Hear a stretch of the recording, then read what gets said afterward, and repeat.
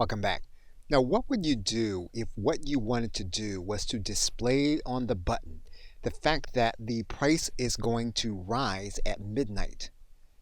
What you would do is you would enter into in WarriorPlus what's called a time sale.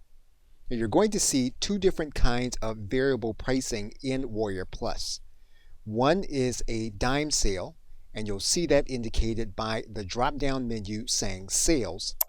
But if you change this to hours, you're going to notice a different set of dialog boxes.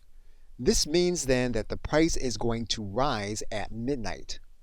And what you want to do, of course, is to automate the process of the price rising. So what you're going to do here is you're going to indicate how much the price is going to increase by. What's next is important. You are going to dictate when the price is going to rise and then when this timer is going to start the process of determining when that time is going to come. And so what we can do is we can say that we want the price to rise by $97 every 24 hours.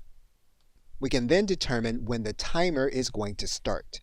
We can limit the price increases by making the max price. So what we can do here is we can say that we want the price only to go as high as a certain price.